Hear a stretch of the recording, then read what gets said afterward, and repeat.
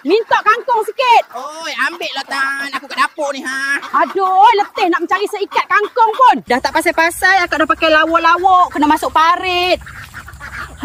Lupa nak intro. Hari ni akak nak masak kangkung belacan. Jadi jangan tanyalah kenapa akak pakai serba hijau hari ni. Kita ikut tema ala-ala sayuran gitu.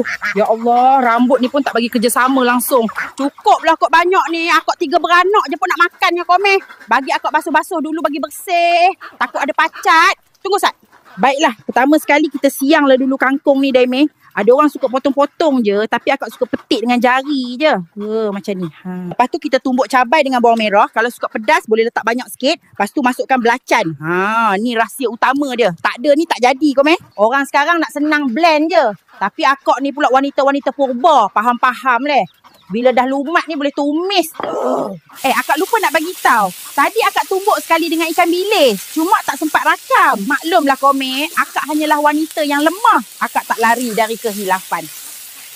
Okey, last sekali masukkanlah kangkung. Takkan itu pun akak nak ajuh. Siap dah kangkung belacan kita.